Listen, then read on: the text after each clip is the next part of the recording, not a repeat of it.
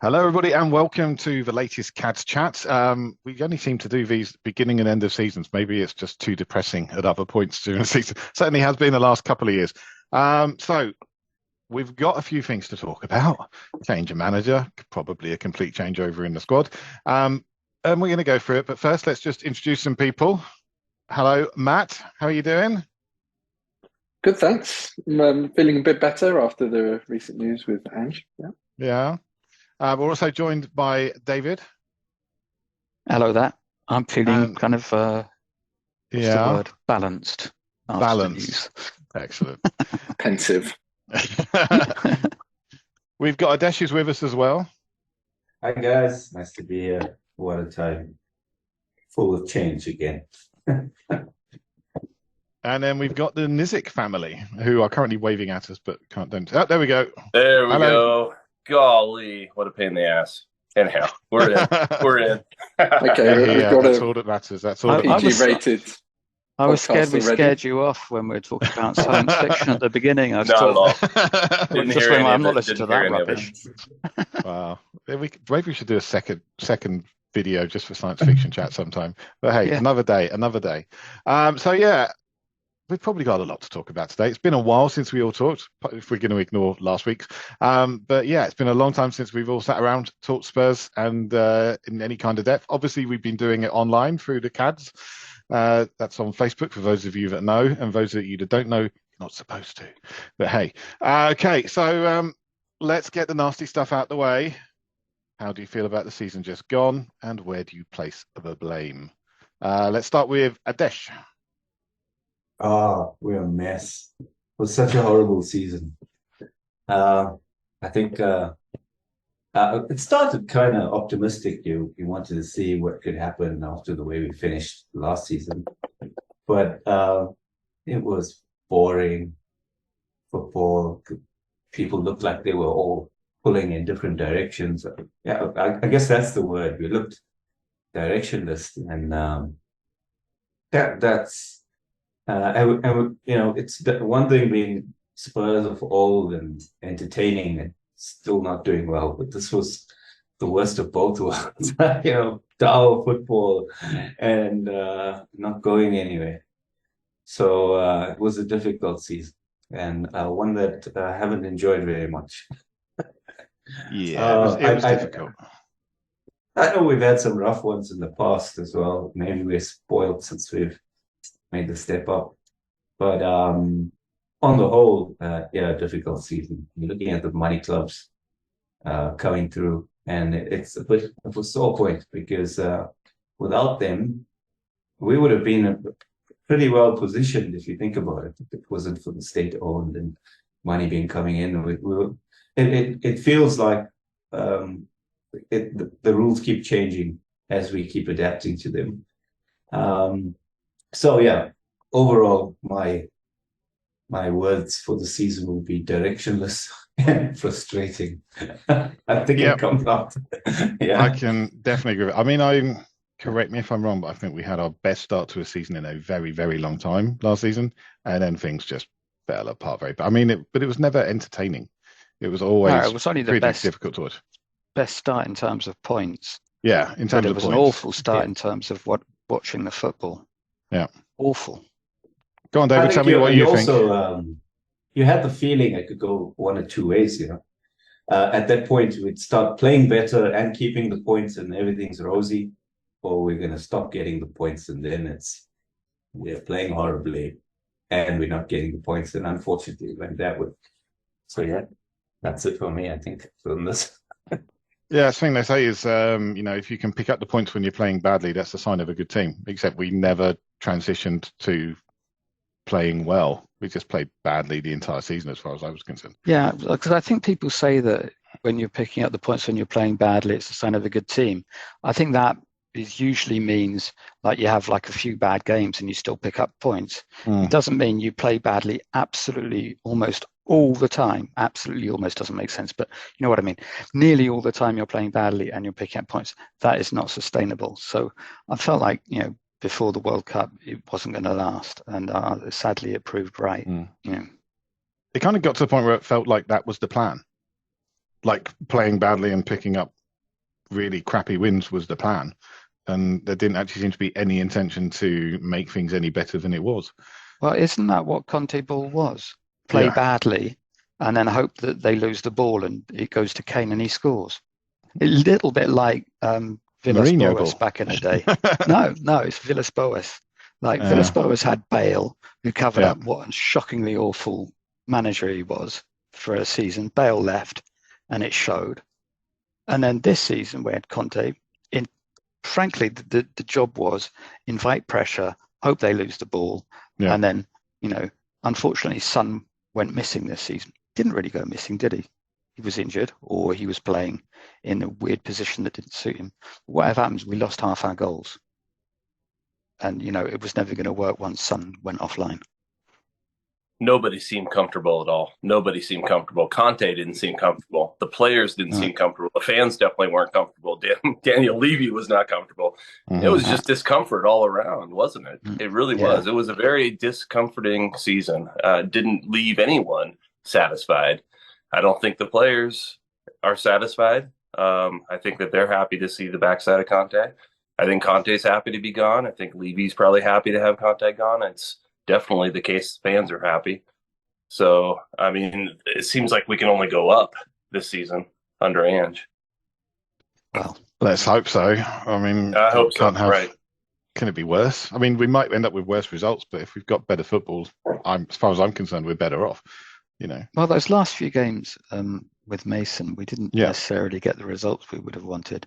But at times, I actually found out myself enjoying the football again. It was the most enjoyable football of the season from pretty much the moment he took over, even taking into account some very rough results. We actually looked to play on the front foot. We actually looked to have some intent to attack and make something happen instead of waiting for something to happen to us. The players looked much more comfortable as well. They looked like they were playing with more freedom at times. Then they'd slip back into it a bit, but they felt like, it just felt like they were playing with more freedom and more to their strengths than they were under Conte. Yeah, and I think Conte had really shattered a number of players. Yeah. And so, Mason coming in wasn't going to be able to put that back together. I think he did pretty well. The football became more enjoyable. We got some results. It wasn't the kind of results that we wanted, but then it wasn't last time he took over. We had some good results. We had better play. And I think there's a very good chance that young man has got a future in management ahead of him. I think he just needs to develop a little bit more some of his ideas and some of the tactical stuff he wants to bring in. He should go and manage in the Scottish Premier League because apparently that makes you look really, really good. Well, we should probably get on to Mason a little bit later, right? Because I guess it's now part of the Angie story. My feeling about Conte. So the big word for the season for me is disappointment, because I thought we were very good playing Conte ball and entertaining towards the end of last season. True. So I think that it's difficult to see beyond sort of September 2022 or August 2022, but we were good. And we weren't playing possession football. And I found it to be a really interesting, example of how you can be exciting and fun without the ball. It's not really the Tottenham way, I would say, but we like to be dynamic, but we do like to have the ball, and we like to pick apart teams if we can over the years, or at our best maybe. But we were exciting anyway. And so I struggle to understand what's going on, what happened. The best I can come up with is that Conte lost interest. So I think that Conte is like this, right? He has some months, a year to 2 years, where he is engaged and interesting and so achieves good things with the squad. So, and then it goes wrong. So it either goes wrong because he loses interest, or it goes wrong because his squad are just bored of him and bored of running the same drills and the same automations all the time. My inclination is maybe it's a bit of both, but I think the thing that really killed us was Conte's loss of patience and a sense that he was basically too good for us. And so I know he does. There's always some reason why he has to fall out with people, right?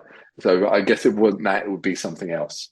But we were deadly dull because he wasn't trying that hard anymore, I think. Perhaps last season he hadn't had pre-season, so he hadn't beaten the individualism out of the players. This time he had the free season, and so he had just had time to completely, nip in the bud any creativity or any self-thinking. And I actually honestly think that's what it was. He didn't have the pre-season, so the players still had some agency. And by the time we got to last season, they didn't have it anymore. I mean, that's a pretty cynical perspective. So thanks for that, Dave. I knew it could relate. It was just a case of how long he could ruin everything. He just hadn't done the job yet. But no, I think the story last season was, my recollection was that when he had time on the training ground, we improved. Like, so there was a period where we were out of cup competitions, and that's where we really hit the ground running. So we had like one game a week. And it was sort of February, March, April, whatever, and we really started to pick up points. So, I mean, we'll never know what happened. But in terms of part of Stu's question was blame. Either way, I think we can both agree, and maybe everyone here agrees, that the blame lies with Conte. And I think that people have been very down on the squad, and we'll get into this when we talk about our expectations for the future. But people are very down on the squad, and I largely disagree with that viewpoint. A lot of people think that we should just get rid of all the players because it's their fault, because Mourinho and Conte are both geniuses, and we should have, the players should have done better for it. I think if you want to play, sorry, go on.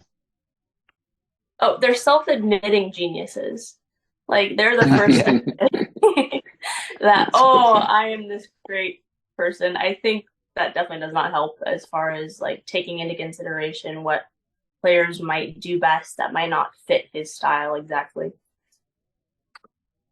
I think it's very much having a system and not being prepared to make it work for the players they've got. It's like, you players must adapt to what I want to do, not I need to try and adapt what I want to do to something that works for the players I've got. And if you haven't got, the 400, 500 million it costs to go out and buy the best players in the world to fit those positions, which Spurs don't have and are never going to spend that kind of money, you're not going to get it. You've got to have a little bit of adaptability, which I'm sure we're going to get onto later with Ange. But that was Conte's story. But I think if he had a bit more humility and actually genuinely tried to work with the players that he had, I think he could have done better. And I think that, the messages that he was coming out with were part of the problem, not just the squad. It was his griping about his squad. Yeah. And you just can't do that. A good manager who's confident in their position and confident in their ability shoulders blame, doesn't pass the buck. And he was doing it all the time. Which he did a lot of. I mean, I think if you're going to play devil's advocate, if you're going to try and find an issue that may have led to some of it, you've got to remember, was it Gianni Vio? His drill sergeant died in the middle of the season when we were doing pretty well at the time, and that just seemed to be like the catalyst of things to go very, very badly wrong. Gianluca Vialli sadly also passed away during the season, and Conte's good friend of his, and of course he had fairly significant health issues himself. So I think maybe those three things combined just led to him going, fuck it, I cannot be arsed with this anymore. And I think that came out in that final press conference. That final press conference was a killer, and not a killer to Tottenham, it was a killer to him, because everything he complained about in that was things that he should have had a handle on. He's complaining about the club culture of the club. You're the manager or the head coach. You should be the one leading that. You should be the one who's dictating what the culture of the club is. But what you're saying is, it's always someone else's problem. So no wonder other players, the players were passing the buck at times, because their manager at the top was always going, it's not my problem, it's somebody else's. It's down to Daniel Levy because he's not spent the huge amounts of money for the players that I wanted. He spent pretty decent money and brought in a fair number of players that they could. You got to remember the clubs we're up against. How many players that Conte wanted went to a club that you would view as less than Spurs? I can't think of one. Well, in some respects, I I wouldn't necessarily have wanted Levy to,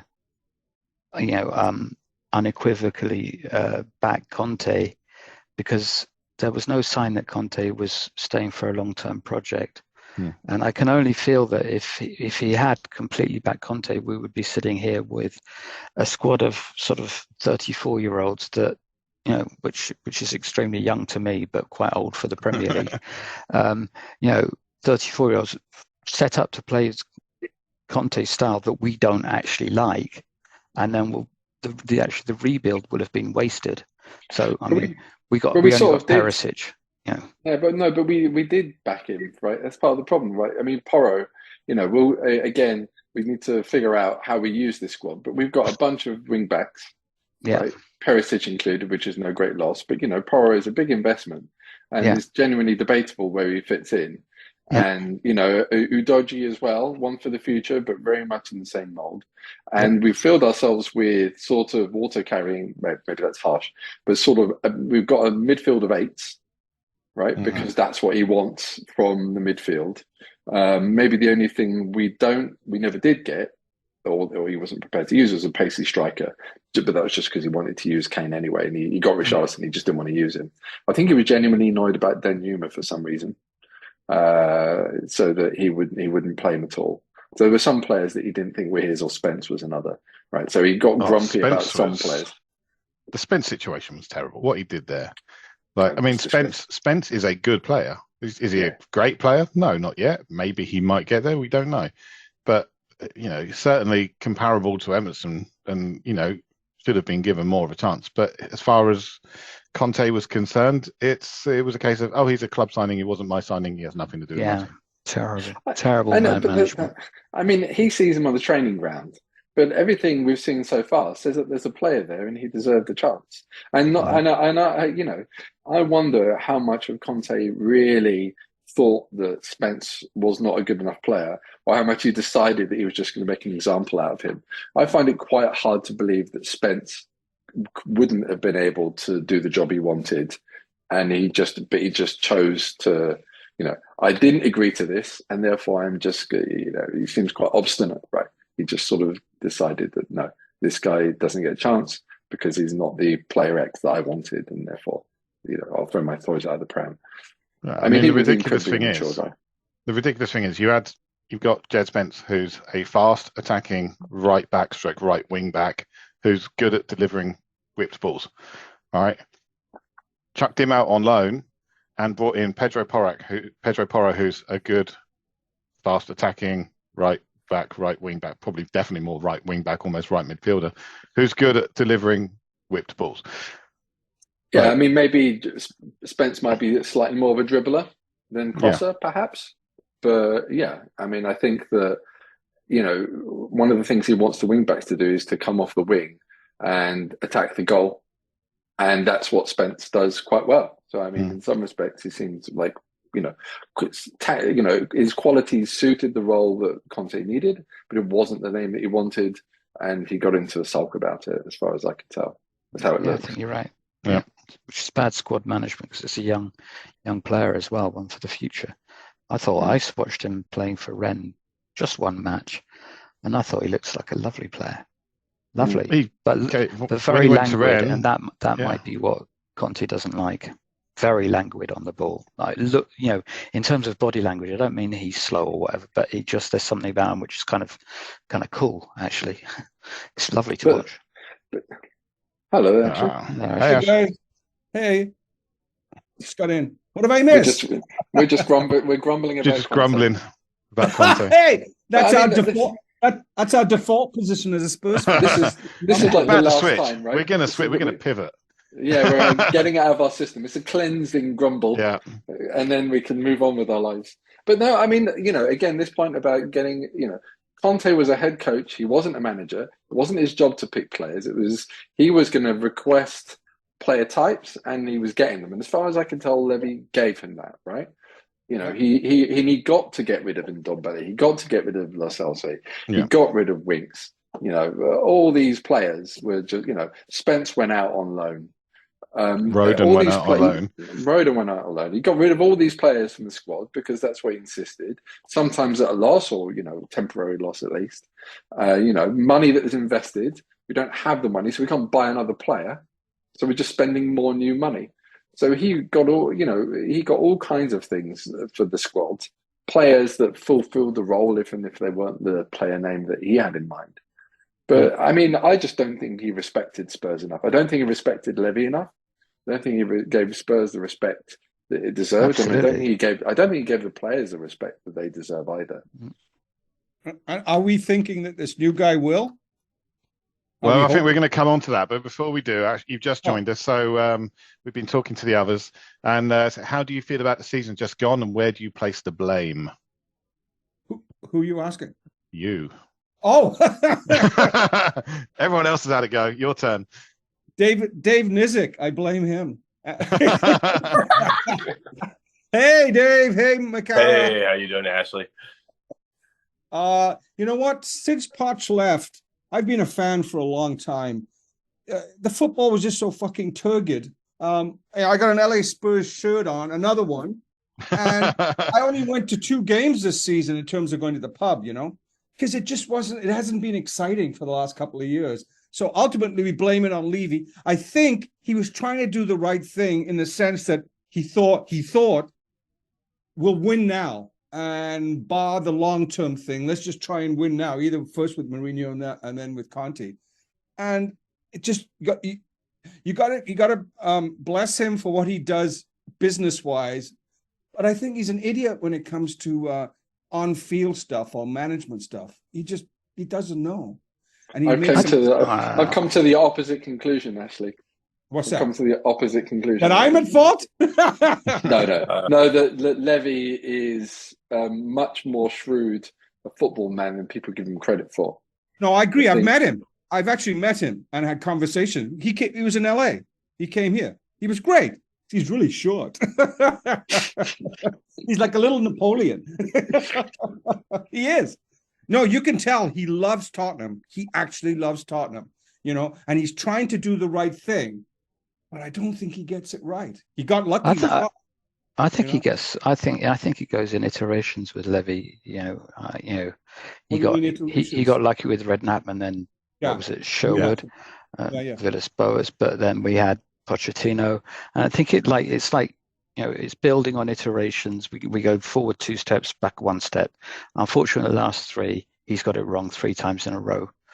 And I think that's because he really misjudged the situation. He thought that at the end of Pochettino, we just needed one winning manager to get us over the line, and that wasn't what we needed. And also, it was antithetical to what Tottenham is.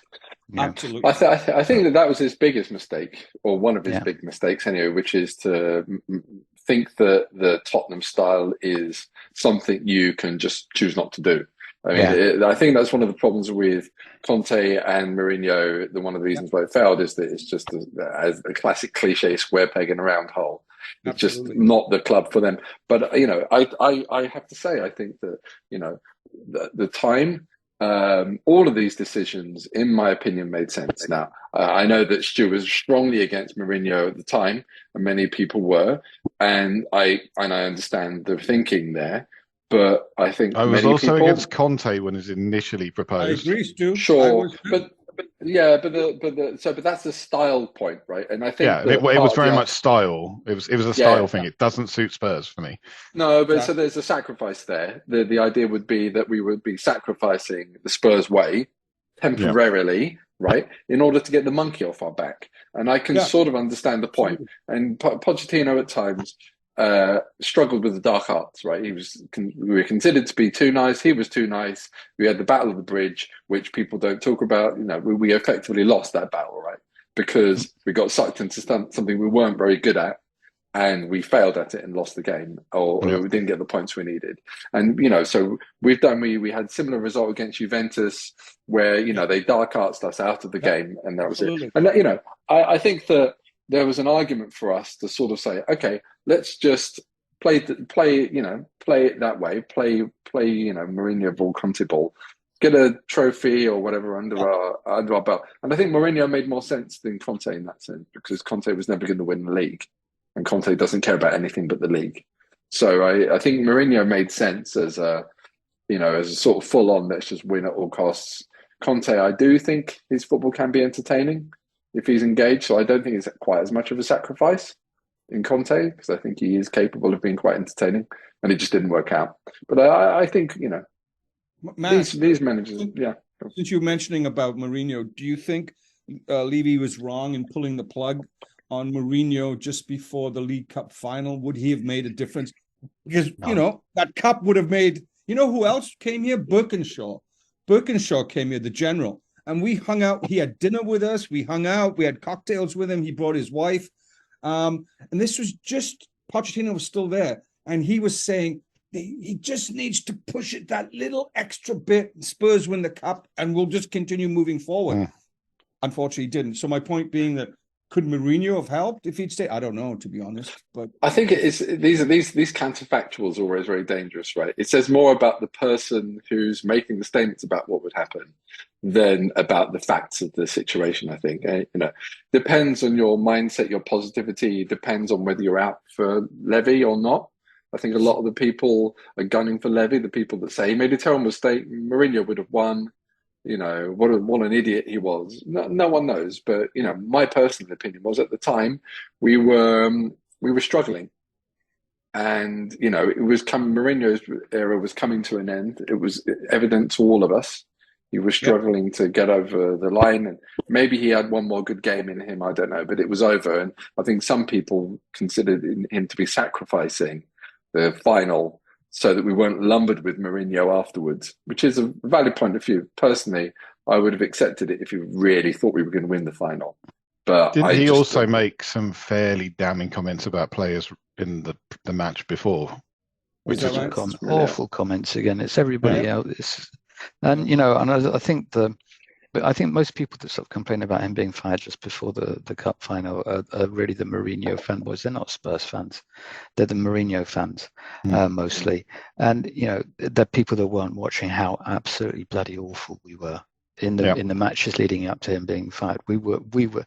It was appalling football. We would have got slaughtered by City in the final. We would have got okay. We'll never know. We'll never know because we didn't see the match. But we were and you just never know so with bad. City, right? You never know with City. True. I think we beat them that season as well in the league. We beat them most seasons in the league. Yeah. It's the one team we seem to have some kind of hoodoo over is the best team in the country. My take on it is that Levy tries to do the right thing. But he's also how's it? How are you doing, Ashley? But he's also a fan, and I think some of the things that he does reflects the type of Spurs fan that he is. Like all of us, he goes through those phases of wanting good football, and then we have great football, we're entertaining, and we're not winning something, and then you want to react, and you play it up. Should I sacrifice something to win something? And I think some of those decisions show what he's going through as a fan, and that has to impact you, and it shows that he cares. He does, and that's my little psychoanalysis of it. But I think the thing with Levy, I think, is he looked at Pochettino and said, "We're playing really good football. We've got this great squad. We just need to improve the mentality." And so he thought, "We'll employ mentality monsters." And who are those mentality monsters? Mourinho and Conte. And he thought, bringing these guys in will fix our mentality problem, but it ruined everything else. Anyway, we need to move on. We need to move on. I think we're going to leave the last word on this. We're going to Adesh put in a nice little message in. It said, directionless, disappointing, disastrous and dull, a season of D's. So we've gone from a season of D's. Let's move on to the big P, big Ange Postecoglou.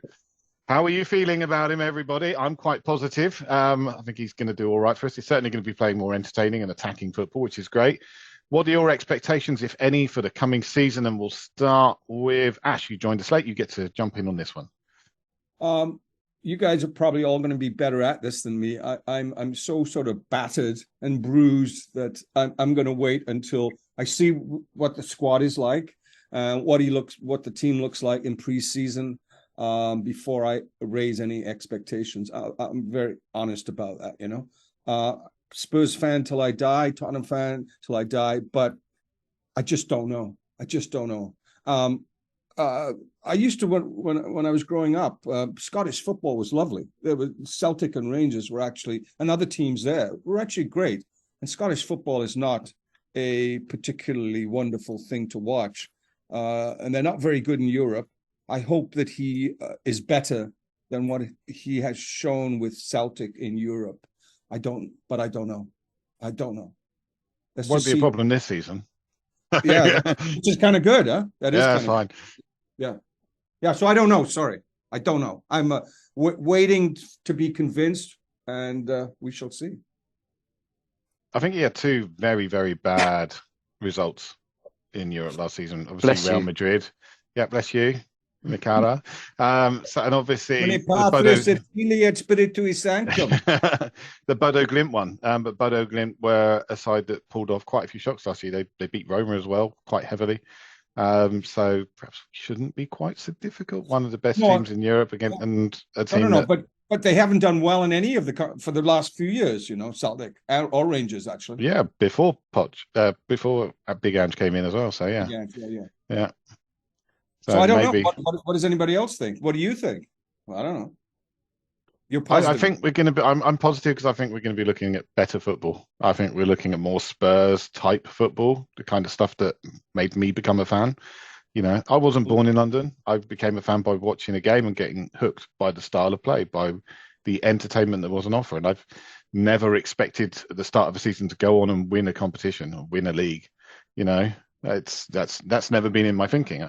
I'm old enough to realize that it doesn't just come along and get given to you. You got to fight for it. You got to work for it. And there are teams out there spending a hell of a lot more money than us. I'm also young enough to not remember the glory days. So, unfortunately, I never got to see those. But I've seen some great football in the past. I've seen some great teams. Cup wins, probably, right? And in many ways, Tottenham were always, in many ways, Tottenham were a cup team for me. And it was glorious when the FA Cup or the League Cup, you know what I mean? You're right. I didn't see probably why I love the FA Cup. As far as I'm concerned, the FA Cup's the best competition in the world. So, I love that. Clubs starting from park level almost, get to go join in and play and take it where they can. So Newport County, my hometown, played Tottenham in the FA Cup seasons ago, So they almost beat us when until Harry came on. Had to bring on some big guns to actually get a result in that one, yeah. Mr. Weeks, what do you think? Oh, so well, I'm looking forward to us playing some attacking football and actually being interesting to watch. I think that's the thing I'm feeling really positive about. Posty. Also, I think he might be a sort of a more friendly face, a big Martin Yoles type character, which might start having a good feeling about the club. So, I think at least we'll be playing Tottenham type football, and I think that's really positive. I'm very concerned that he could be the next Christian Gross as well. He's come from a no-mark league where he's totally dominated it. Absolutely. But and that's, I'm not down on him. I'm just I'm waiting to see, and the other thing that concerns me is that I don't think he's capable of changing the way he plays. You can't go and play on the front foot against some teams the way he's playing to do. Otherwise, you lose massively, which is what happened to him against Real Madrid and what happened to him against I can't remember what the other team was, but and I think before we started recording I said Conte never changed his system. He was wedded to a system. I would like to see Ange Postecoglou change things around, match up to the kind of team that he's playing, and not only match the team to the players he's got, but also sometimes adapt to what he's playing against. And I'm not sure whether he can do that. So very optimistic about the football, very optimistic that the guy seems super guy. So that's really, I'm positive about that. Very dubious about the quality and whether he can transpose that to the Premier League, and we'll only suck it and see it, and then finally, can he change things around? Good point. I think in terms of switching up his tactics, I think you may be disappointed in that. I mean, apparently he has a saying is like, if plan A isn't working, we'll just make it work. We'll just Yeah, we'll do plan A better. Yeah. Right. Okay. Let's hope But- so. Didn't Poch basically do that? You know, press him to death, run till we drop, and that was his plan. And for the most part, it worked. So Yeah. you know, I remember the game. I think it was Borussia Dortmund when we, or one or two games. You know, there were a few games in general. Maybe not right away. Was that the after Super about Jan 12 game? I can't remember. I think it was two legs, wasn't there? But basically, we played defensively, and it surprised a lot of people because he changed things up and decided this is a team that's going to press better than us. And I think we were also away in Germany. I think this kind of thing matters, right? So, you know, the high press, you know, proactive football is all very well at home, but not just against good teams, but away from home against good teams, particularly traveling long distances against hostile crowds. It's not so easy to play this. And I think Pochettino was quite flexible in certain moments. He did change things up. He did go defensive where the situation required, like David is saying. And it doesn't seem like Ange does this, but we don't know, right? So I don't necessarily have a problem with that, right? But it depends on whether you're doing it well and whether the players are good enough for you to pull that off. And someone like Pep Guardiola does not change his system. Yeah, he can afford to do wouldn't that. say that. yeah, but Fraudiola's cheating every second of every minute that his team's playing. So okay, I mean, I missed the Champions League final. I don't watch Yeah. City much because, as far as I'm concerned, they're a football team that doesn't exist because they're a plastic artificial football club. So they don't interest me. But from what I understand of him, anyway, normally he may switch up slight details, but basically the game plan is the same: keep the ball, play front foot football. Exactly like we're talking about. In fact, I think the Postecoglou's system is quite similar to Guardiola's system in many ways. just with better players. It's the sort of City group, you know, sort of business model of copying, cloning the Pep Guardiola way, and he was in the City group, right? When he was at Yokohama, yeah. Right. Also in Australia at times, wasn't he? Brisbane, I'm not sure if they're part of the C group. But... Anyway, but yeah, so I think that in any case, the tactics are quite similar. But anyway, I'm jumping in. I don't know. Shall I? Did I interrupt Dave, or shall I have a go? What about the Yank? Yeah, go for it. What about the Yank? Oh, we're gonna get to the Nizik family. Don't worry. I agree with certain things that Dave W said, that I think that there is a great deal of risk involved in this, but then again, there's always risk. There's a particular kind of risk in having a manager that's basically untested. And one of the difficulties we have is we say Celtic came unstuck against good European teams, but that's because his squad was much inferior to theirs. So basically, Ange has spent his time beating weaker teams consistently, and then in the rare instances that he plays against the extreme superior team, they have had difficulties. So basically, I guess we should be looking at the games against Rangers. Those are basically the only games that they ever play a team with a squad of similar quality. So I don't know what the results would go like against Rangers, but I guess they must be pretty good.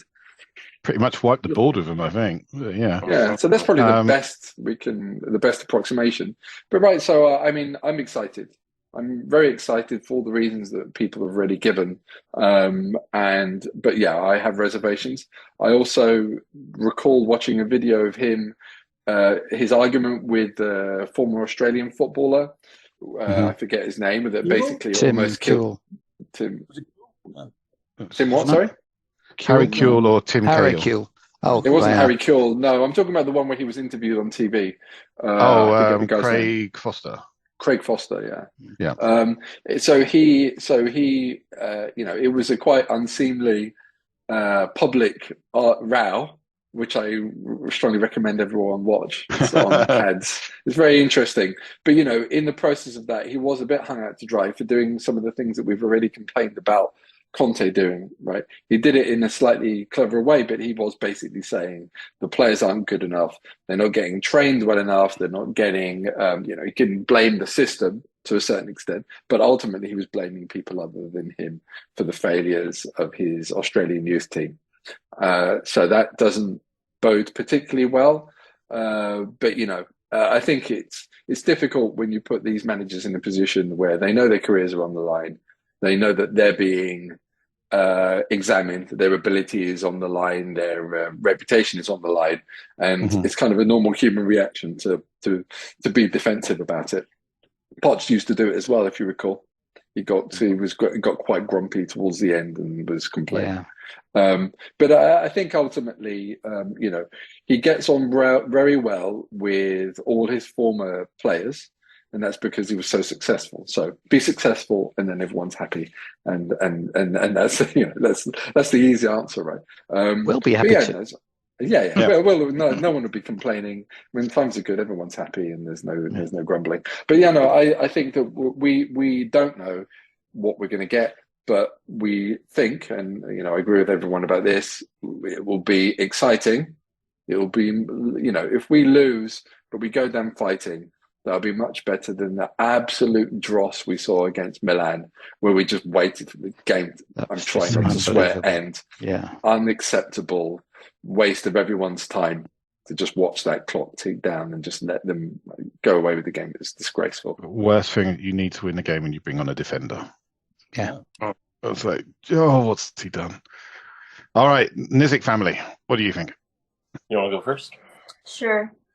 I would be excited for the return of football where I don't feel bad about getting up at 4:30 in the morning. Oh my God, yeah. I do it too.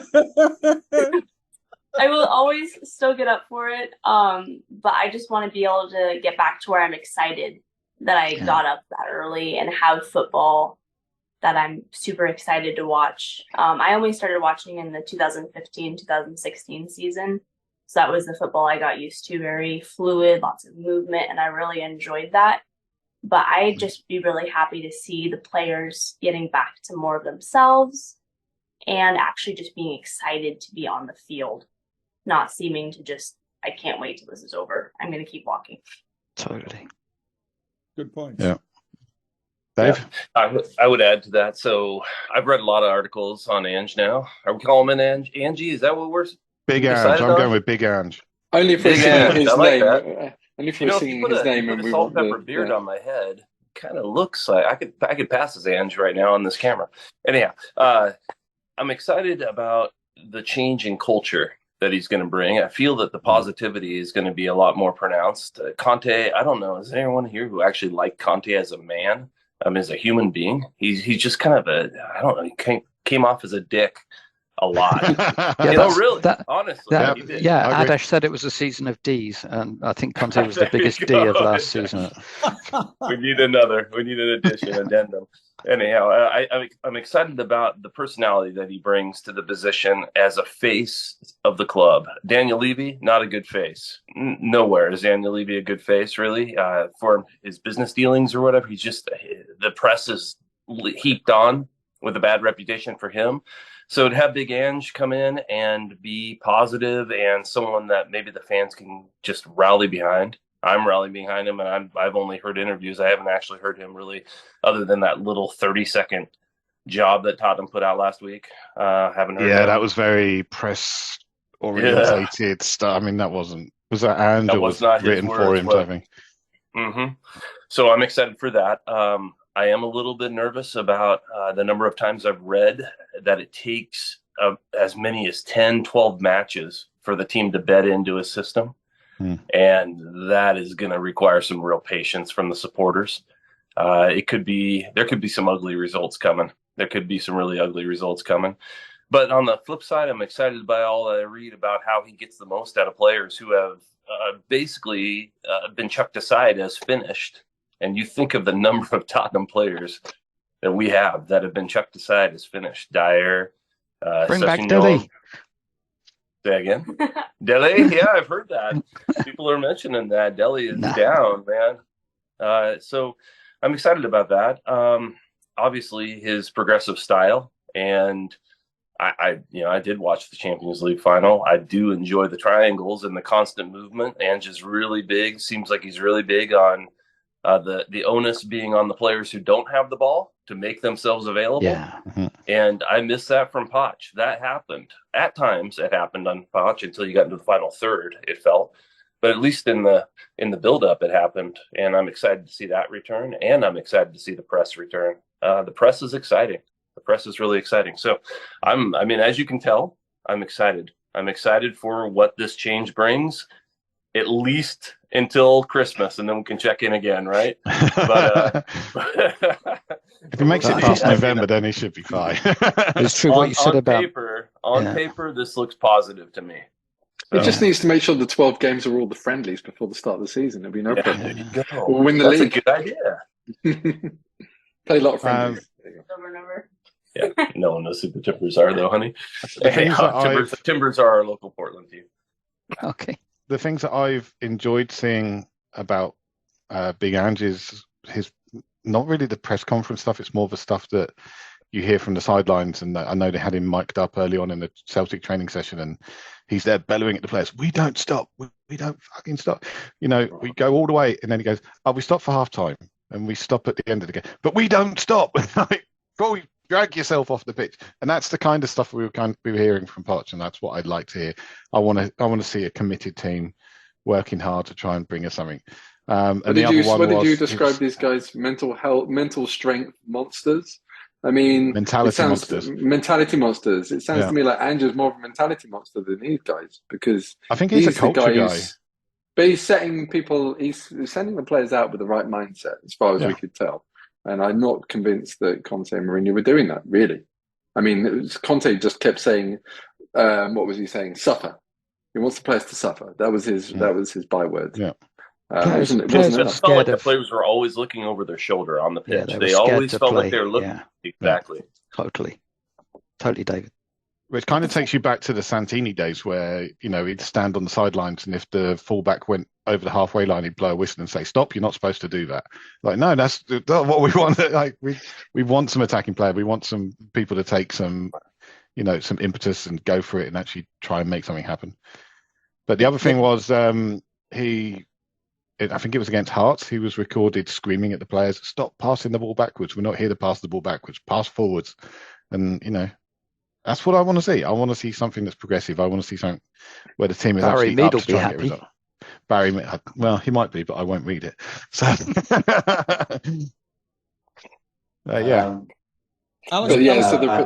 just one. I heard Alistair Gold talk. Just one thing about his training sessions is that they only last like 60, 70 minutes.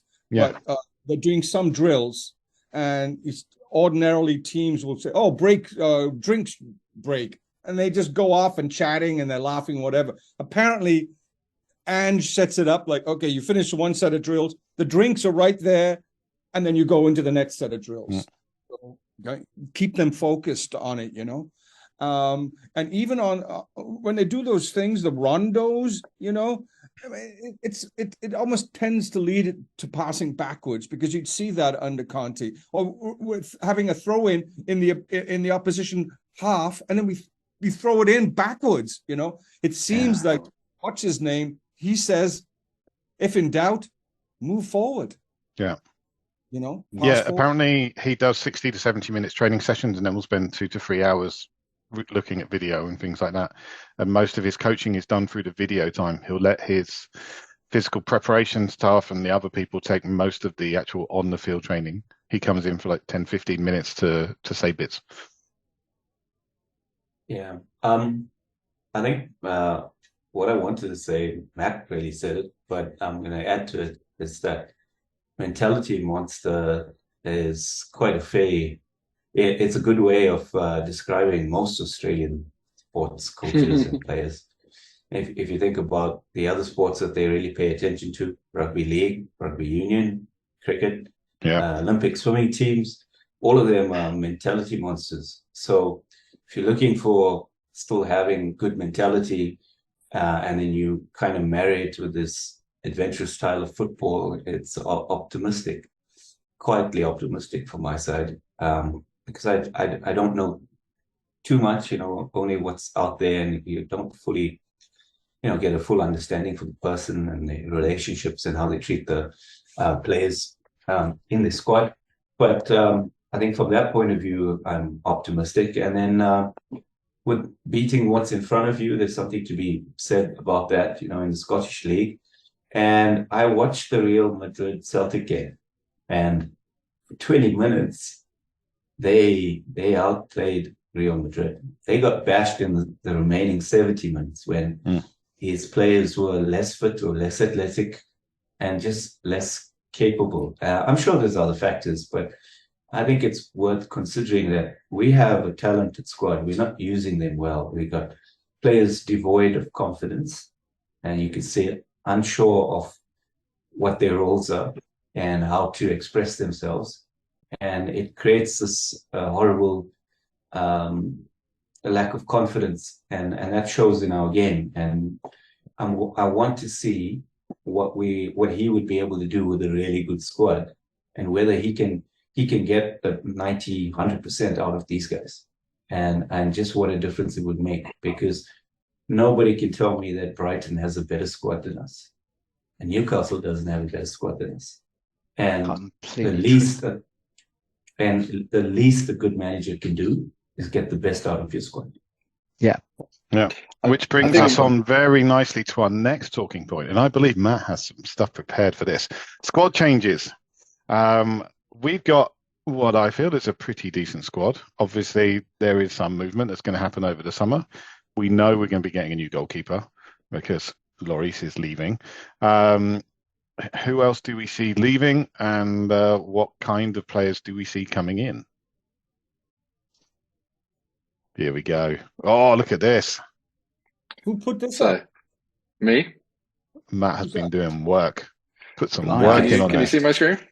Yeah. So I thought it would be useful to look at the names that we've got and maybe remove a few names as necessary. But I'm also so the first thing I want to talk about is, before we sort of have a general discussion about who we should keep and who we should get rid of, is, does this formation, it's 3-4-3, how does it compare with what Ange wants us to do? Right. So the 4-3-3. And one of the questions that has been getting a lot of traction is, I'm just going to leave the names, right? But what do we do with our wing backs, right? Because if these are wing backs, what they should do. This is the problem with my system; things move around. Come on, there we go. Got you. Right. So what you would naturally think is that these are fullbacks, and that what he wants them to do is to basically tuck in and drop back, right? But I would say, and I was listening to a podcast the other day, and obviously you need to pull one of these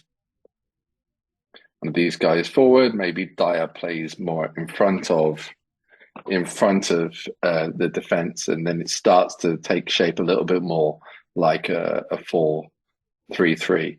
But one of the things that I think it's interesting to do with this team instead is to do this: take Porro, throw him up here. Take Kulu, tuck him inside. Take Perisic, throw him up here. Take Son. These aren't necessarily the right players that you would use for this, right? Tuck him inside. Maybe move Romero out wider. Move Davies out wider. A little bit ahead of the other centre-back, maybe. And then someone like Bentancur, and this is where the whole system starts to look a bit wonky. This is starting to look a bit like a Angie system. Now these are it doesn't make sense to have Kulu stay out wide. He's not going to hug the touchline in the way that Ange wants. That's what our wing backs are for. But our wing backs can do that. So I think that even if you just move some players around, let's say you have a real defensive midfielder, which we don't, and he drops back and plays like a centre-back. You have side centre-backs that play wider but don't go that far with the pitch. Maybe play a little narrow, a little bit like Ange's inside fullbacks, maybe up here a little bit. And then, like I say, everything starts to look much more like Ange's system. And, I think that there's ways of using our squad, even with the players that are on the pitch, that follow this kind of system. Now, I'm not suggesting for a moment that these are the players you use. I'm just saying that a 4-3-3 can be generated from a 3-4-3 reasonably easily, and it doesn't look mad. Son was often playing narrow. I think that was one of the problems. That's one of the reasons why he had quite a bad season. And Kulu naturally would play fairly narrow as well. And so this is quite similar to an Ange team. Now, okay, so moving on. Does anyone have anything to say about that, or should we talk about the players more? I just wanted to go through that exercise. Yeah, I'll be perfectly honest. I don't know anything about Angie's system, so maybe I should. Yeah, maybe I should have. So let's. I'll try and do. But that's fine. Yeah. So what it looks like is something like this. Okay, so it's two centre backs. The names are wrong. Ignore that. Mm-hmm. It looks like this. Oh, come on. This is, if I had £10,000 to spend on a fancy system. Gary Neville doesn't have this problem when he's doing his analysis on matches. Right. So, okay. So, again, the names are wrong, but okay, let's put it like this. Right. So, wingers stay wide, put in crosses. And in fact, what we should probably do, if we're really talking about us with the ball, is we should do this. We should move everyone way up. Maybe I should just move the pitch to the left. That'd probably be easy. I was going to say, to me, that looked fairly cautious for what I understand of Ange's tactics. He's very, very much we all go forward. Yeah, but so, one of the interesting features about this, and this is one of the things that's probably worth having the most discussion, or one of the most discussion points, is that it's quite peculiar for us to see fullbacks not bombing on and staying wide. Right, that's going to be totally different. And for that reason, I think that this is more like what you expect. Right? You expect, and in fact, the fullbacks are likely to play in a line with a defensive midfielder. And some people have gone so far as to say that we should even consider having midfielders playing fullback, because they basically take midfield roles. They play quite narrow. So this is essentially what Ange does, from my understanding of Would you agree with that, Stu? I know you've also watched a lot of material, Dave as well, I guess. I'd push probably, if I was looking at that Ange's tactics, I'd probably push Son and Kulu a little bit further forward, but giving a lot closer support to. Right. So those are supposedly the eights. That's in his system. That's right. 1-6, 2 8s. So who do we get rid of? Lloris gone? Question mark. Lloris gone. So he's going to need replacing. Yeah. I think that the truth is that Perisic gone. Perisic. Agree. So we might even not replace them, right? Because we don't need as big a squad anymore. Yeah. Romero is obviously not going to play up there. Bentancur would be wasted and playing deep. Yeah, and so in fact, maybe we take Højbjerg out completely. Either Bissouma or Bentancur playing deep. Yeah. And then Bentancur playing more like somewhere, and this is where it starts to get tricky. So you move Son out wide, presumably. If we keep him. Doing things. Yeah. Yeah, indeed. And then I think Davies is looking like a reasonable option here. I would say Royale. And then maybe I think one of your eights is almost a 10. And that could be Kulu potentially. One of your other eights is maybe more box to box, or at least more mobile. Bentancur if he's fit, or whoever else. And one sits. I think that Bissouma and Bentancur, I think you could almost swap them round. And I think that Bentancur can play anywhere, in my opinion. And so I'd be quite happy to see him play there. Dyer, what do we think? Out. out or bench, squad, or just gone? I think for his benefit, it's probably time to go. Genuinely. So I mean, he's been an excellent player for the club. You can't really deny that. But he's been out of form for 2 seasons now. He's not been fantastic. It's got to the point I'd rather see Lenglet in the side than Dyer. and Ange really, really, really wants that left-footed center back on the left. He's really strong on that. He wants someone that can pass out of that position as well. Yeah, which is Longley as well. Yeah. And I think that also sometimes, because there is a large amount of space here, sometimes, and we are going to have a defensive midfielder. It's been a while since we've had a really, I think we're going to need a defensive midfielder. Either if our players can play, we'll have. If they can't, we'll have to get someone else in. But what's going to happen sometimes is these guys are going to have to split, and Longley is quite comfortable with that, right? Romero maybe also. I mean, I think.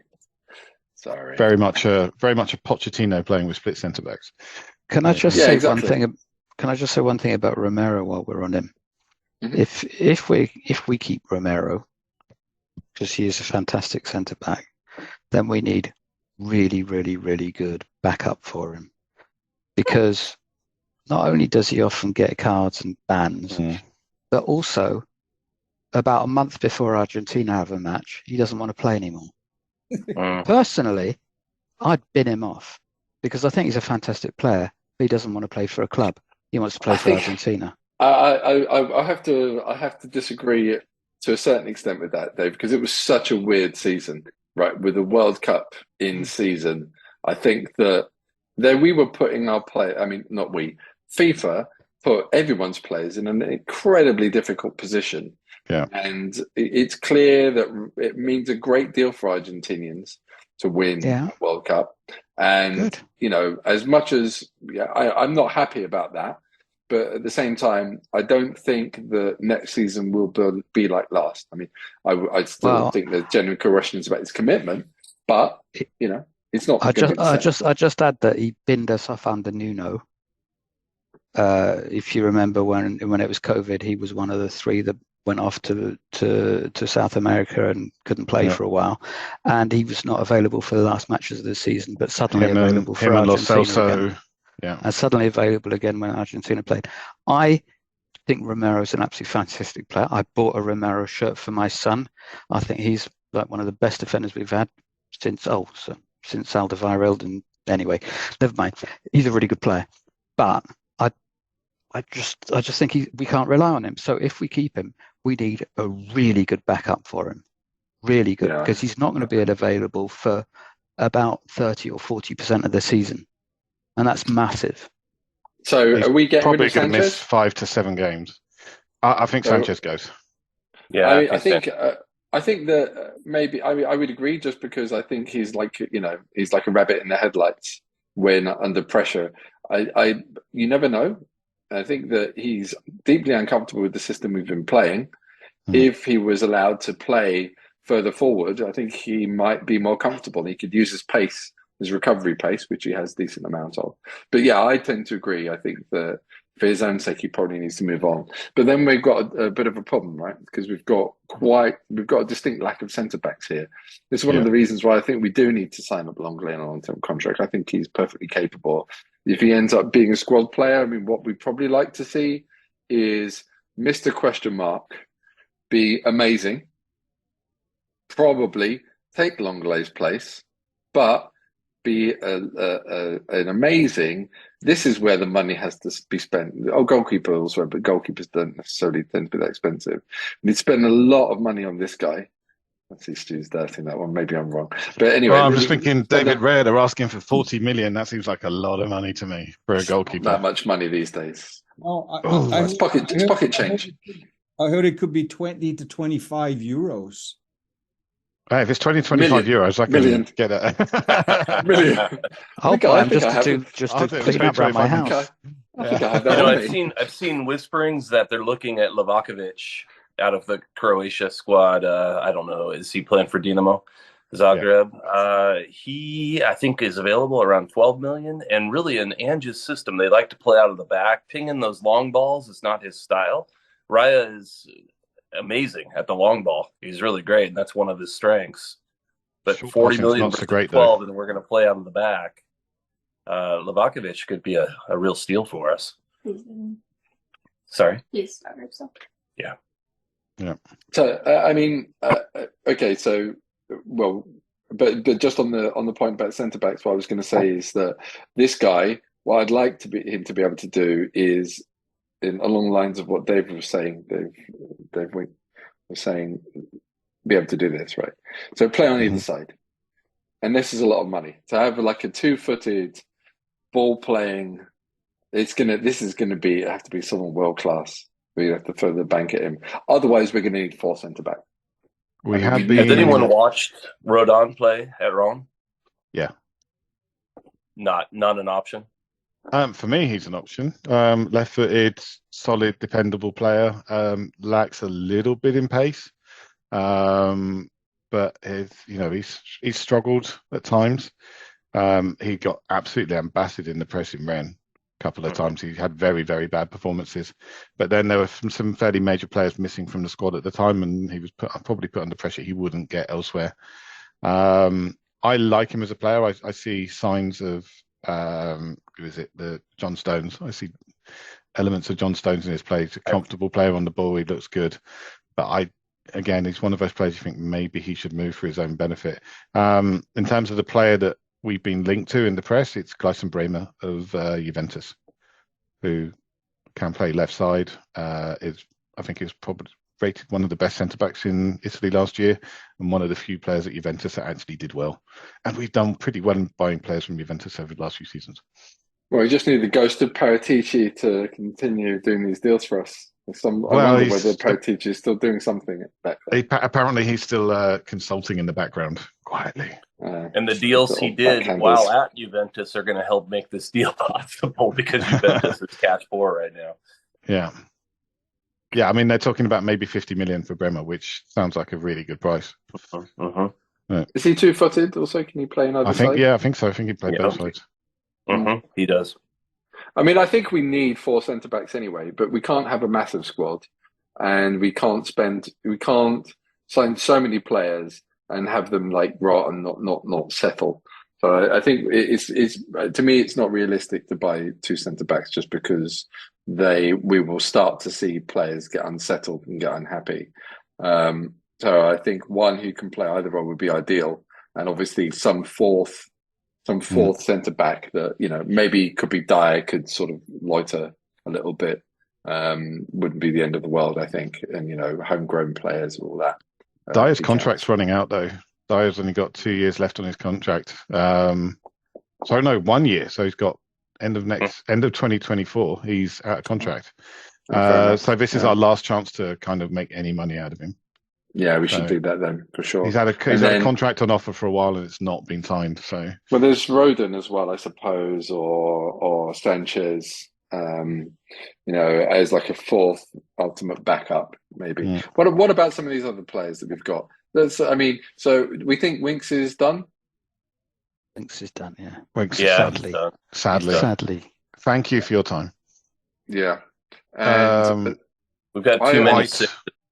We can get rid of White. You think contract's running down? Not really. Yeah, he did okay at Derby, but didn't pull up any trees. He's never going to make it, I don't think, at Tottenham. Reggie? Yeah, I think there's a player there, but I think he does play a bit too wide. He's a defensive fullback, but he's more of a wide fullback than an inside fullback. So I think I wouldn't completely rule it out, but I think you're probably right. I wouldn't completely rule it out, but with Udogie, who looks like a real quality player. Yes, I'm almost tempted to do this, to be honest. I absolutely would. Yeah. Yep. Absolutely. I think every new manager, if they stick around for long enough, has like one player that typifies that just excels and is like a duck to water under that system. And I think for us, that player is going to be Udogie. I think it's exactly what he wants. I think he's going to be. Oops, sorry. Go ahead.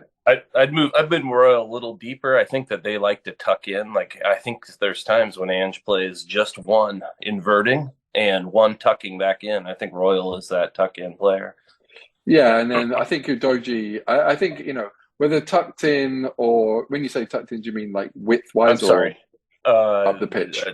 Because I'm sorry. I mean, falling back and covering. I'm sorry, I used the wrong terminology there. Yeah. So no, I agree, because I think that Udoji will have much more freedom and will need much more freedom, and I think that he'll be a sort of spare man that sort of arrives in the box unmarked. I think that will happen quite often, and apparently I think he plays quite freedom, narrowly on the left. He's not one to hug the touchline. He'll cut inside. He'll be, he's not interested. Yeah, and he doesn't want to make crosses, right? And to be honest with you, this guy right here, we're all kind of happy with him not making crosses either, right? Definitely. Royale. That's no bad thing if he stays narrow. I think one of the things that I've heard said is that sometimes they may be making crosses from deeper, the sort of angle crosses that you're more like looking at a flick, or just sort of awkward crosses across goal that goalkeepers might accidentally let in. So I'm not sure if he's up to that either, to be honest with you. But I think Royale has looked quite happy playing quite narrow at times. And he has been trying to get up the pitch. That seems to suit him better than staying wide and putting in crosses. This guy is gonna really enjoy playing as a winger, right? Not as a wing back. Porro's crosses are great, and I would also. I was quite impressed with what Hill was doing for Sevilla. Right, he was. So his crosses were looking pretty good, at least in the small amounts I saw. Hill was also looking good before he was sent out on loan. He was, yeah. I was going to say, I think he's quite capable of some form. I think he'd be quite happy to stay wide where there's a bit of space. Both Son or him stay wide. Was he playing on the right, or was he playing on the left for Sevilla? Left. I thought was he? Because for us he was playing on the right, wasn't he? Yeah, he was. Yeah. Okay. I saw him playing on the left, but I only really engaged with them in the sort of later, towards the end of their run. Basically, I was attracted by the semi-final with him and Lamela doing well, and I think it was a Hill cross, right? Yeah. So I mean, I think, but there's some of the highlights I've seen. There's some great shapes on those crosses. He's not at the level of Porro in terms of. I spelled that wrong. I'm supposed to, yeah, 2 R's. Right, but so I think he could be enabled deputy, if not replacement for Son. And then it's late. Do we even want to talk about Kane, or should we buck the trend of Spurs discussions and refuse I'd like to talk about Kane? Richarlison, I think, is going to do really well in this system because it does rely on sending a lot of balls into the box, and he also is a player that I see willing to press more so than Kane. And I think Richarlison, we could see a rebirth on Richarlison. So I'm excited to see how Richie's used in this system. And you watch him playing for Brazil, and he can get on the end of those crosses. He puts in some astonishing shots from crap crosses. So he's a real fox in the box, isn't he? He's a real surprisingly good in the air as well. I mean, one of the things I was wondering also about, this is maybe one of my controversial suggestions. Do it. I know what you're doing. You're going to drop Kulu, I'm thinking put Kane in that position, and move Richarlison up front on you, because that's exactly what I've been thinking. Well, I said it on CADS. I think this was a formation, more or less the formation I put forward. So I just think it's fascinating. But I mean, one of the problems also is that these guys are going to do a lot of work. But where do you want Kane to be kind of moving around in these kind of areas, shooting from distance? Really, I mean, he can score all kinds of goals. He can arrive late, put the headers away. If you're putting in a cross, and the people on the end of it are Richarlison and Kane, you're pretty happy. You're going to score quite a few goals, and obviously Kane is a monster header of the ball. But I think the one thing that Kane is not a fast player. Kane is a clever player, and Kane is a good at I don't need to list all his qualities, but he's good at finding a bit of space and getting a shot off. And the system we've been playing for years now is really quite bad for him. Sitting back, trying to bait teams into playing a high line and hit him on the break. He's not fast enough to actually take advantage of this. So he's always looking to release other players. If we actually play a high line, the amount of goals he scored with his head, but we're not really. It's not as if we're making teams camp out defending crosses into their box. If you actually make sure that, with Richarlison or not, put Kane in there. If I can ever get his name to move, there we go. He's so close. I'd just like to say, Matt, that I would love to see Kane playing in the slightly deeper role. Yeah. I think he's got so much to offer in terms of creativity, passing, linking things up, and he can still get into the box late and score. And putting him behind Richarlison, I think that would be amazing. I was thinking oftentimes last season, I thought, if we had two holding midfielders and Kane as kind of the attacking midfielder, but plus, I'd be happy with that. And I think Kane so on would be the happy with that attack, too. I agree that Kane's a real asset in that position. I think that when we turn it over in the press, I think is when his weakness is going to show. Versus Kulu, Bentancur, those two can actually handle the press better from that 8. And I think from what I've seen of Ange's system, he does really count on those 8s to press hard. Oh, they got to work hard. That could expose everyone has to work hard. But maybe Richie makes up for it from the forward position. But Richarlison works really hard. Yeah, he does, and so maybe that makes up for Kane in the 8. I don't know. Can this work? I mean, I think that if the centre backs are reasonably linear, basically the striker is pressing across here, right? He's pressing one on the other centre back. Maybe he's picking one, and Kulu's joining the press on the other. Hill or Porro in this squad are pressing the fullbacks, and then these, basically the other 8 is roaming as well, and the fullbacks push on. And the fullbacks are probably the players, I understand, that are most likely to win the ball back because they drive the ball into these channels and then the fullbacks will mop them up.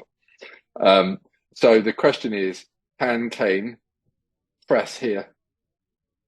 And I think he might be able to. It's not as if he has to go. I think so too. I think he can do that job better than as an 8, I believe. I think that pressing requires, it's more effective when you're faster because you cover more ground and you put people under pressure. So I think that, but that's part of me, and the other part of me says he's got 2 yards in his brain, and he knows where to be rather than making it up with athleticism. So I'm not so sure about it. The other question mark I have is over Bentancur's fitness, and he's not likely to be back till November. So we don't know, and we don't know what player we'll get back. Yeah. So we need to do this guy, right? Oh, this guy? No, we need a hard-working player. I see. I was going to say, I see him as a 6. Bye, Dave. What Thanks happens? for coming. We have a. Dave. We're going to have a substitution. We're a goal down. We need a substitution, and this is Ndombele leaving the pitch. Well, I'd bring Celso first. Yeah, he would rather you move the pitch. That's at Get off full the speed. pitch. Get off. How awesome would it have been to have peak Lo Celso when he first got here with Bentancur? Like, to me, that would have been so amazing. I would love to see those two play. I mean, I still think there's Lo Celso has a future in the Premier League. It sounds like he might be with someone else, but I think that he would actually be quite well suited to this system, playing around about where I have him right now. Yeah. But it does seem like that's not going to happen. But then I think you can move Bissouma forward as well, can't you? Can't you move Bissouma into an 8 and put Skip in at 6? Yeah, I'm a little bit worried about Skip playing as a 6 because I don't think he's big enough to cover centre backs properly. Okay. I think he's great in those areas, but he's not a big guy. He's not like one player I would say who's more like a defensive midfielder come centre back is Sarr. So I'd be happy to see Sarr. Yeah, me too. I'd be happy to see Sarr dropping into a back 3 or dropping back to cover centre backs than Skip. I think maybe it's youth, or maybe it's something that he has that will suit the system or the way the new manager wants to play. But he seems to play with fearlessness or a lack of fear. Every time I've seen him, he's a young man. He just comes in and he's never let us down by the one penalty that shouldn't have been. But he plays without fear, and it's almost like he could do that hybrid role of playing in the midfield and drop back. And we've seen that at times where he has that intelligence. It's somehow in the right place, the right time defensively, So I like Saar, and I hope we don't let him go on alone, because I think he might be one of the players that we are surprised about this year with the new I have team one manager. major problem with this lineup. It's got 12 players on the pitch. Did I? Take Skippy out. That last one I wasn't sure about how much was meant. All right, so I mean, we've been through all of these players, but at no point have we talked about Stess. Are we saying he's a done? Yep. He's Stess gone? is done. He doesn't fit. He can't cross the ball to save his life. Yeah. And no. I think the time has gone. I also think he doesn't really fit the system, right? Because he's No, he's a unless he plays as a forward. But I think that he needs to. Yeah, I feel sorry for him. We all wanted more. It's not happened. But I think that we've got Udoji, who can play this role well. I think we've got other wide attackers who can play. I mean, we haven't said this as well, but I mean, you could also maybe argue Richarlison out on the left wing. I think that's what killed him under Conte. But he used to do that for Everton all the time. He used to play on the right with Conte. He was rubbish on the right. It's his worst position across the front three, the right. He can play centre or he can play left side, I think. I would rather he'd play up here. Bye, Dash. guys. Bye, Dash. I'm gonna go. Take care, everyone. See you, Dash. Nice seeing you. Bye, guys. Cheers. So, but yeah, I mean, aside from all we could also, I mean, I don't know, maybe we put in Højbjerg as well, and then he can do this a little bit, pass the ball backwards. Yes. I think Some certain lovely games, turns. Højbjerg certainly has a place. But I mean, for me, he's one of the players that we could very easily see leaving the club. I think as well. I heard an interesting Young argument people. against that said that he used to play with Pep Guardiola, and Pep Guardiola wanted to Yeah, sign him. Bayern. Yeah, he loved him at Bayern. He wanted him at City, although not enough to spend City money on him, to be fair. So if he really wanted him, he would have gone. But maybe this is a sign that he can play this system. I think he could play this role. I think he's, if he stops trying to play like a deep line midfielder, he's not a bad player. He's not. I really don't want to see him play here, and I think that Ange won't tolerate it because there'll be too many of these backward and sideways passes. He wouldn't accept it. He plays an 8 for Denmark, of course, quite successfully. Yeah. No, I think he's more than capable, and I think that then that's the question. So Bentancur out for the start of the season. So what's our starting lineup? We agree that we want we should probably wrap it up, right? So we agree that we want a new centre back, I think, and we want Romero back in. Yeah. We want a new. Well, that new centre back could be Longley, of course, for me. Would you be happy with that? I mean, it makes sense not to change too much. We need a new centre back, but you think that could the first choice be Longley? So Longley Rodon, I mean, that's the only rotation there. So I think we need 2 centre backs to come in. I would love Laporte to come in because I think Laporte and Romero together would be fantastic. Oh my! And that would be nice. So let's say Longley or another, whoever that turns out to be. And so, what do we want? Do we want Hill or Son? Son. So we're assuming that we get to keep whatever players we want to keep, presumably. So Kane plays if you've got him. Kane doesn't if you don't. So do we want to try this? I mean, it's asking quite a lot of Kane. He'd have to do a lot of work around these areas. Is the only downside. Kane does an awful lot of tracking back and hassling people, even when he's playing up front. So I think that would almost kind of suit him. That's how he's picked up his injuries too. Yeah, unfortunately, Well, that's not good. So what Matt's saying is he just wants Kane to get injured a lot more often. So. Yeah, no. I mean, if he doesn't sign an extension, maybe. No, I'm just kidding.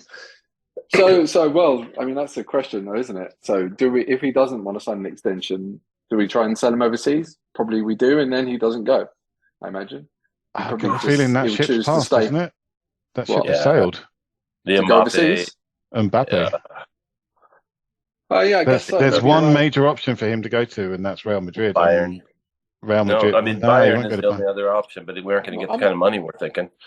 I'm not convinced that Kane wants to leave this summer. I think he wants to leave in a year and stay in the Premier League. I think he wants to stay in the Premier League, yeah. I mean, maybe Real Madrid could have been tempting for him, but there are big clubs in that kind of level. There's a few of them in the Premier League, roughly, and he wants his records. He And he's wants got to a finish child on his the way career right as now. Premier League Is it top number goal scorer. 5? 4.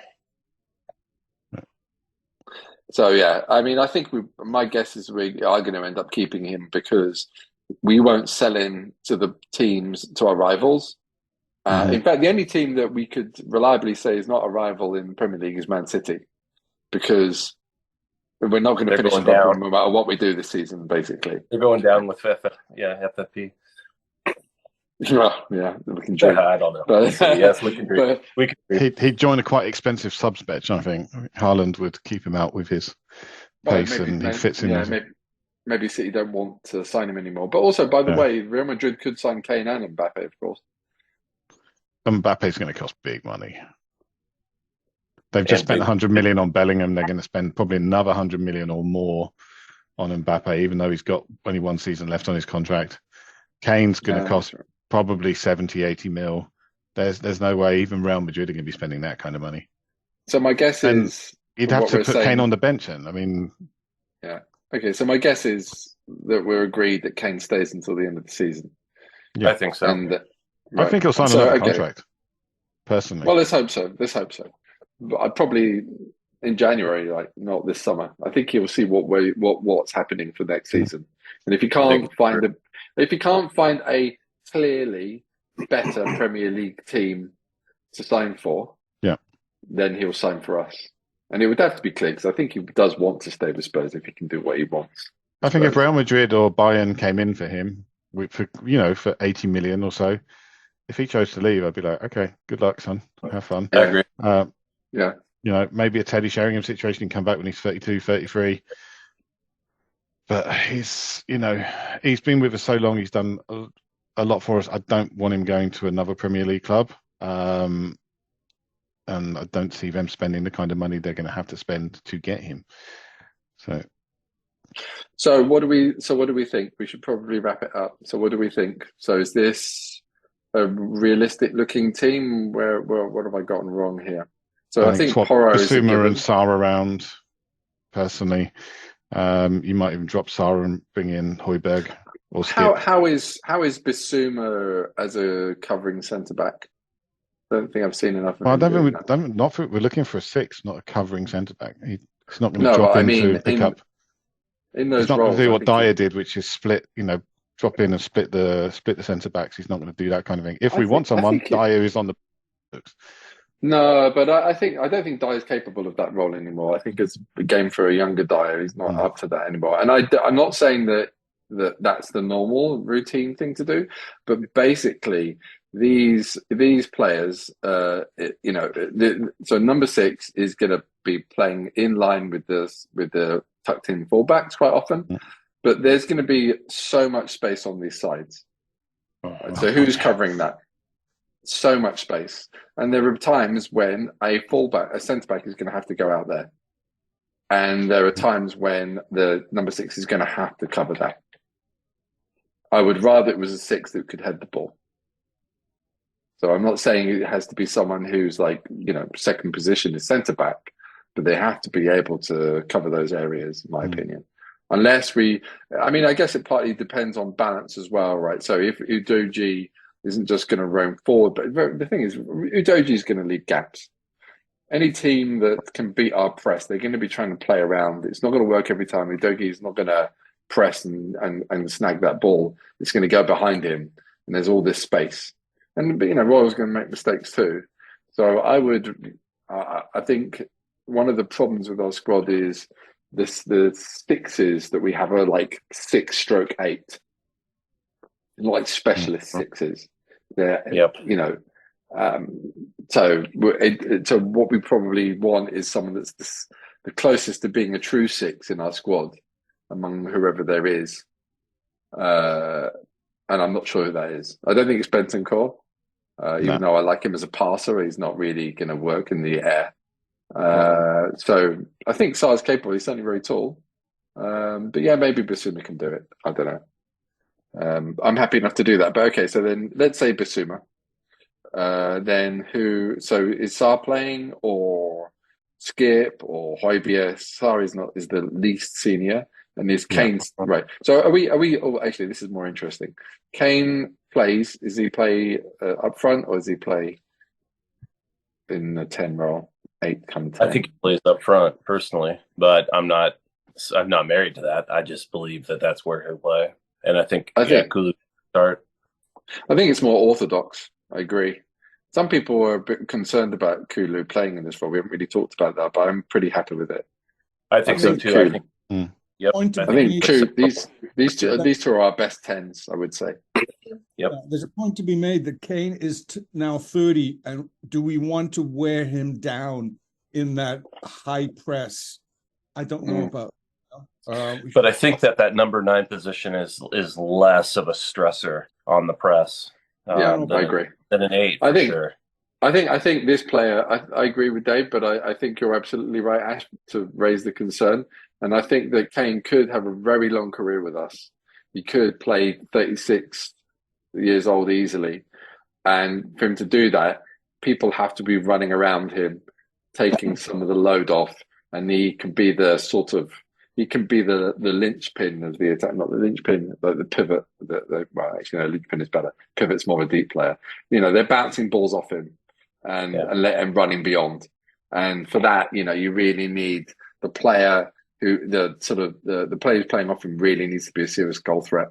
And maybe have pace, and maybe that's where Kulu could have a little bit of an issue, right? But actually, I want to go back to something that Dave said earlier on, which I think was really important.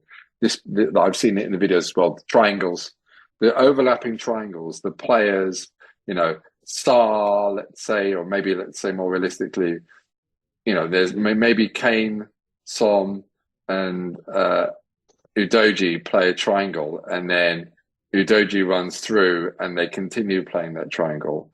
And then maybe Kane moves over here and Son goes over here. This is the kind of thing we're going to actually see in the game because the players are supposed to be mobile. There's no point in worrying too much about exactly who plays where.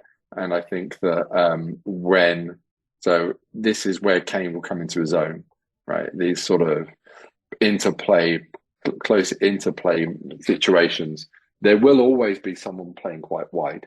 I think that's quite important. But that wide, Son will come in sometimes, and Udogie, for example, or maybe Son will have to go wide, and they will have to have the discipline to keep the structure, keep the formation going, but swapping roles. And I think but then Kane will probably be the most static of any of the forwards. I think it's quite interesting. Having looked at this, we're looking at 2-3 players where we're actually short. Essentially 2 centre backs and a goalkeeper. If we had 2 centre backs and a goalkeeper, we've got a pretty damn good side here. If we then add a specialist number 6, then that resolves a fairly key issue. So that's 4 players, which is doable over the summer.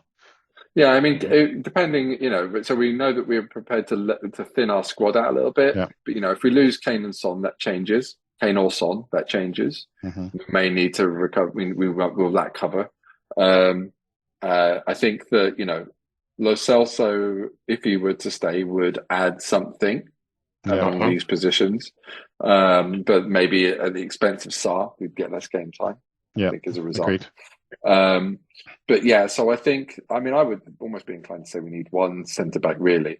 Maybe the other thing to keep in mind is the player like Maddison. The question is, do we have a 10? We've already said Kane can play that, but we would maybe prefer it if he didn't. Then Kulu is, we said, the closest thing, right? But maybe we should be adding the word Maddison here. And then things look a bit better. One thing we haven't talked about a whole lot, especially if Kane does end up going this summer instead of potentially next summer, is the amount of homegrown players we have, because we don't have a lot of English players. Who knows, maybe that could end up being English, but we don't know yet. Yeah, who's available? David Raya is homegrown. Oh, he is? Blackburn. Yeah. Okay. So I'm penciling him that ups his fee too. I think that's why he's 40 million. So yeah. I didn't But realize yeah, that. so Okay. so your point there is that Madison would be another homegrown option, right? Yeah, I We've agree. also got some young players in the squad who don't need to take up homegrown spots. So you've got Dogi, you've got Sarr. Don't require, because they're under 21. They don't take up a homegrown spot. They basically don't count. Yeah. So then maybe you think Madison instead of Kulu, decent presser as well, maybe a bit more mobile than Kulu, but in any case, you'd be happy to have him in the squad. So we're happy with this. So I guess Sarr is an open question still. Is that the choice? I think Sarr could be swapped out for Højbjerg. He could be swapped out for Skip. He could be swapped out for Lo Celso. I think we've got options there. He could even be swapped out for Ndombele.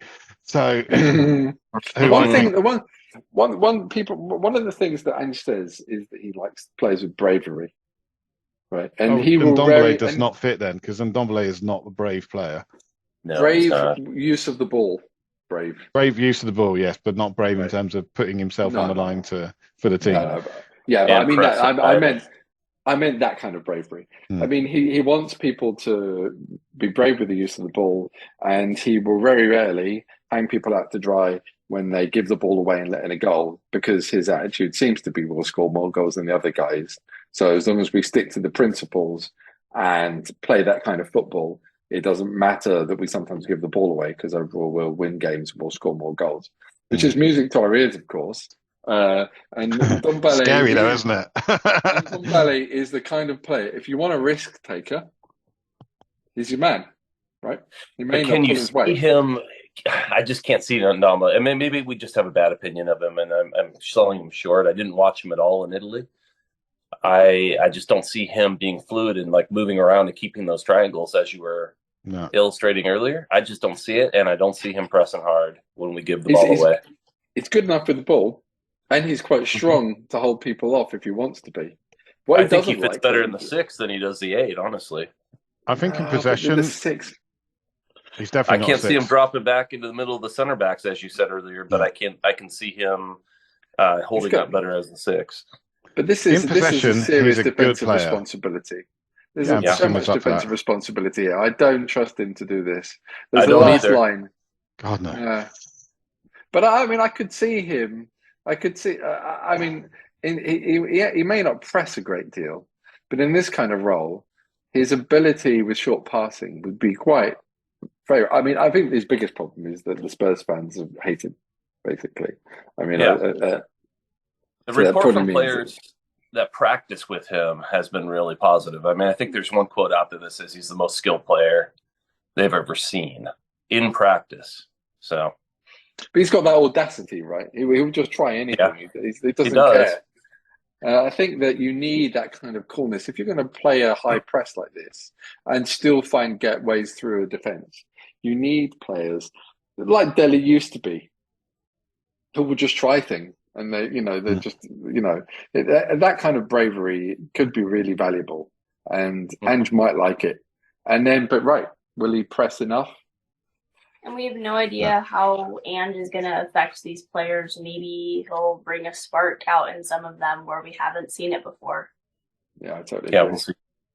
And I mean, you mentioned the onus is on the other players to be open, to make themselves open. He's not as quick to jump on the back of the player who made the turnover. The onus is on the other players to not, they didn't make themselves open. They didn't make themselves available. And that works in Ndombele's favor.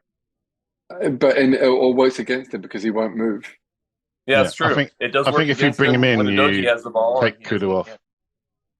I don't think you can have Kudu and Ndombele on the pitch at the same time. You don't, sorry? I don't think we can have Kudu and Ndombele on the pitch at the same time. No, I don't mean to suggest we do. Yeah. But it's just Sarr is the sort of most questionable player on the pitch. The weakest link. But no, I think the truth is that probably what Dave just said would be the killer, which is it's not the pass that he will get chewed out for. It's the lack of making an option for the other player who gives the ball away, and that's where he'll come a cropper. So probably not. We might try it and then fail, and that'll be a sort of 6-month experiment that sort of predictably goes badly. But yeah, so it could be Sarr, it could be Højbjerg, could be Skip. Skip hasn't had a particularly good season. I'd be inclined, although he's kind of a controversial guy, if we're playing, there we go. If we're playing this system, I don't know. Probably you'd expect to see Højbjerg in there. I think, for as long as Benton calls out, I definitely don't think Højbjerg is a first choice player anymore. But he's an experienced player.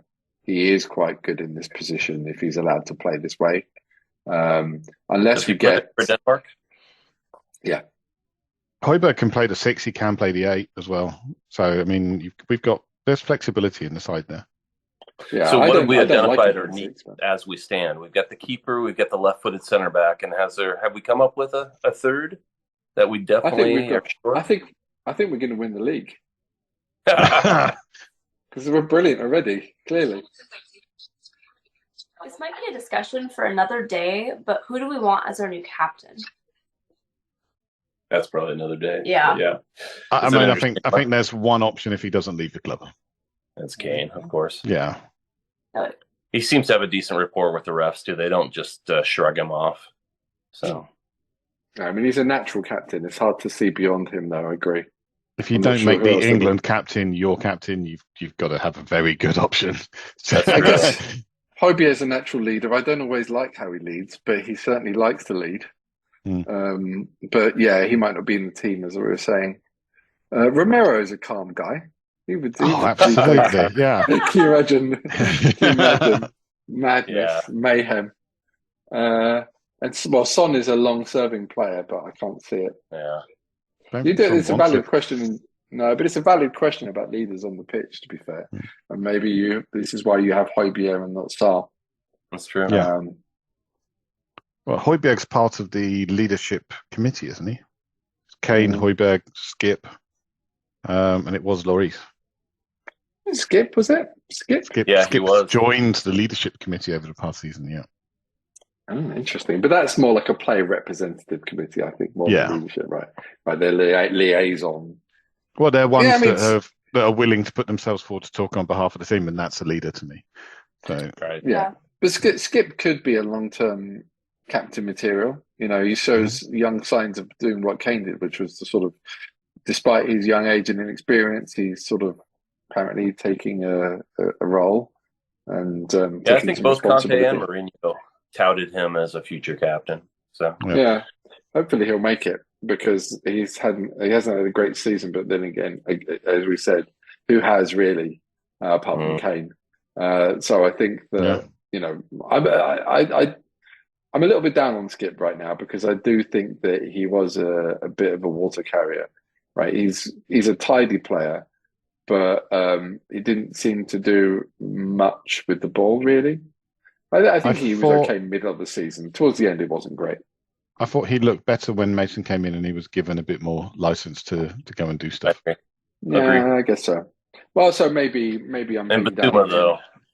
Basuma looked a lot better than Skip, though, in that same period that you're speaking of. Yeah. Basuma had some real positive play, real positive. And, I mean, in an ability to work in a small amount of space as well. But he came in very fresh at the end of the season, because he'd been out all year. That's true. Effectively. That's true. So. But he looked quite a lot like a 6, right? So they played quite different roles. Yeah. So Skip was really roaming, but more like, you know, in this role. That's true. But I think that we're struggling to decide who this player would be between Højbjerg, Skip, and maybe I would say Sarr is more like a competition for Basuma, something like that. And I think that, you know, that's the other thing. Apart from centre back, there is reasonable cover. David could come in for Udogie. I think Spence could come in for Royale. I think Hill could come in for Son. I think Spence, I guess, could cover for Porro as well, potentially, or Kulu could come out wide instead. Richarlison, Kane, we already said the 8s have got loads of them. Goalkeeper, maybe we say Forster is not Ben. No, is I don't know. I don't know what range of abilities a goalkeeper needs in this system, really, or how fast do our centre backs need to be? How good of a sweeper does our goalkeeper need to be? I guess probably Foster. This is why Foster should be the first choice, and I guess he could cover well enough. Yeah. Yeah, I did read an article the other day that did say that he does rely on the keeper to come out and charge out. With as far pressed forward as they are, the keeper does sweep up a lot. No Pickford then. No, please Pickford, Pickford comes there. Please no. It does make sense, though. I mean, it's what Loris used to do a little bit as well in the days when we used to press. And one of the reasons why it's nice to have a young, presumably reasonably quick goalkeeper in Raya who's quite comfortable as a sweeper keeper. I was reading an article that, what's his name? Thomas Frank was saying that Raya is a number 9 playing as a keeper. I mean, his feet are great and he's got good coverage. So, yeah, we'll see. Yeah. I mean, there are negatives, right? His short passing's not great. His one-on-ones are pretty weak. But he's definitely got, he's a hell of a lot better of a goalkeeper than I am. Let's put it that way. I'm not gonna diss the guy. I've heard it said that Raya, if he's got a weak point, is that he's maybe a bit weaker to long distance shots because he's a bit shorter. He fumbles a few. And but I've seen him setting himself up on free kicks is not his strongest point either. But okay, but his YouTube videos, he's got an amazing series of spectacular saves from long distance shots. So maybe that's a little harsh. But yeah, I mean, I think that we'll have done pretty well if we get Raya. We need to get serious. I guess you'd say world-class goalkeeper, and I think he's up there, depending on your definition of world-class, right? Sure. One of the sort of 1 or 2 dozen goalkeepers that you would choose if you had a choice. I think we got to look at the side and say, right, where can we improve? Can we improve on Romero? Probably not at this point. Can we improve on Kane? No, we can't. No. Can we improve Basuma? Yes, we can. Can we improve on our goalkeeper? Yes, we can. So there are spaces where we could definitely make an improvement, but they're going to cost money. Everything costs money nowadays. Yeah, I mean, and just I'm not being mean on Basuma. I think he could move forward instead, right? But then, does he have all the skills we would like to have in a 6? That's debatable. We don't know what we're going to get with Udogie, despite our excitement. I think right now Udogie is a vessel filled with all my hopes and dreams, right? Yeah. We don't actually know that he's as good as we hope he's going to be. So he is one I watched quite a bit of. He is he's a dynamic player. I mean, he's all over the pitch as well. He doesn't play on the left. He plays on the pitch. So that kid was everywhere. Right. And I said earlier on that I think he's going to be our breakthrough player. So I am optimistic, but I have to also accept that there is uncertainty there. And Royale has got limitations, that's for sure. I think he will be able to do this role. We've said in the past that he's a good defensive fullback, but this is quite a peculiar role for him. I'm not sure, but then again, I also really, really want to see Spence. I really want to see Spence play good minutes. And I could see Spence taking Royale's spot ultimately, and that would be totally fine. So I'd be really annoyed if we signed the right back, just because I want to see Spence play. I can't see us signing a right back. We've got 3 right backs already. I mean, one of them, Porro, is obviously going to be playing more further forward, but we've got 3 right backs already, and we can't be spending money in that area when we're already overloaded in some ways. I agree. Yeah. No, I don't. Yeah, it was more like sort of going down the list, but I think that ultimately, in terms of what works out, Royale might not work out. But you're right, we don't sign a new fullback this summer. That's for sure.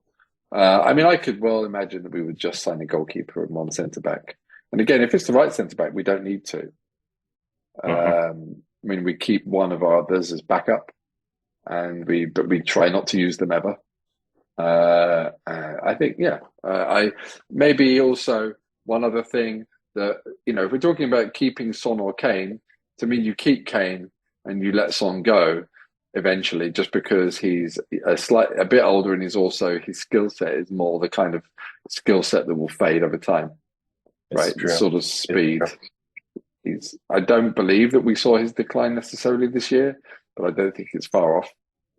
Yeah, I think a lot of what looked like fine was just him playing not in a comfortable position. Yeah. Right. But, fast, flying sort of winger, stroke striker, and he's 30 now? Was he pushing 30? 31. Yeah. Is he 31? Oh. I've turned 31 by now, I guess, yeah. So then that can't keep going for long. I think he may have one more season in him playing this kind of football. And I think we've already seen he doesn't have the technical ability to play a sort of more like a 10 role. Not that kind of technical ability. He's got one more month for being 30. He'll be 31 by the start of the season. Oh, there you go. Right. Yeah, so right. So I think he's got next season. But maybe there's an argument for selling him now. He is a very dedicated, very professional player who, has put off even having girlfriends to concentrate on being a footballer. So I mean, he get a He girlfriend. it helps. He can go quite some time and and not lose a lot of pace. I mean, players like Giggs and things, they with the right kind of training and the right kind of approach, they kept their pace well into their career. So I wouldn't be writing him off his head. Well, I guess so. Yeah. So okay, so centre back and goalkeeper with or maybe two centre backs at a push, and it's hard to see us signing other players. Oh, the other thing, of course, right? We're almost. I've already written him in. I think we maybe do sign a number 10 as a tactical option. I like Maddison. I do. Unless we get rid of someone. I mean, unless we get rid of a Højbjerg. Yeah.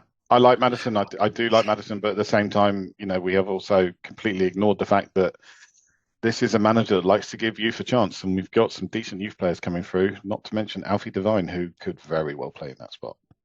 Yeah, that's true. I should have included Devine on here. So I mean, he's not in the. I only put down the first team squad, and he doesn't count. But yeah, he is counted as a first team player now, apparently. I did. We're not listed on the webpage. Okay. This is where I took it from. At least I don't think so. I can double check, but I don't think he was on there. Ooh, interesting. Yeah. What's happened there? Sorry, I was just looking at the first team squad. So, I think but it's a valid point, right? We need 3 midfielders come, number 10s, 6, 8, 10, whatever. And so that's one more than we had before. And since we only had 2 central midfielders, now we need 3. So maybe a Maddison bringing through Devine, there's room for that. But on the other hand, right, Kudus has come in from the wings as well. So maybe we don't. But I think probably my best guess is Lo Celso goes, Ndombele goes. And I mean, should I delete Ndombele? Is his name going? I wouldn't, because I think we've got to give. No, I think we've got to give Ange a chance to have a look at him and see what he thinks he can do with him. I think Lo Celso probably does go, because I think Lo Celso's got more people that want him. He's got more suitors. There's easy money to be made there, which can be rolled back into the side. Whereas on Dembele, I think is a hard sell right now. It's true. Yeah, I mean, he's he won the title in Italy, although as a cover player. He was a sub for 36 games. He never started a single game. So no, but he got decent minutes, didn't he? A lot of the time he was a reasonably late sub. I think 20 minutes or so at the time. Oh, fair enough. Right. And even his manager criticised him halfway through the season. So I can see why Conte wanted him out. Well, he's a 60-minute player at best, or 45-minute player. But we have a lot of subs these days. So maybe as a bench player, he can come on play for 20 minutes, 30 minutes, and he might actually be good. Just tell him he doesn't have to run around for long. Well, I think then in that case you start him, you don't bring him off. I don't think he's a player that picks up the pace of the game quickly. No. I think you start him and say you're going to play the first half and Højbjerg's going to play the second half or something like that. Go out there and show me you don't need me to substitute you. Right. So the 2 hours are up. We're out. We're done. in our 1 hour podcast. 1 hour call. This is called. Yeah. We should stop. Well, thanks for that, Matt. I mean, I think that kind of clarifies a few things and also muddies a few things. We've definitely got options. But let's see where we go. Let's have another call, maybe just before the start of the season, and see what we've done in terms of changes and where we go next. Before the optimism has been beaten out of us. Before the by optimism reality is of actual bashed out of football, us. Yes, we out of our can skulls, have indeed. another happy chat. After we see if he is banned the ketchup or not. I don't think he looks the like he likes deciding ketchup. factor. Ketchup or no ketchup. And Dombelli's definitely not coming back. No, ketchup's not on the table. All right, everyone, thank you very much for your time, and I look forward to speaking with you all again soon. Perfect. Thanks. Bye. Thanks, everyone. Bye. Bye.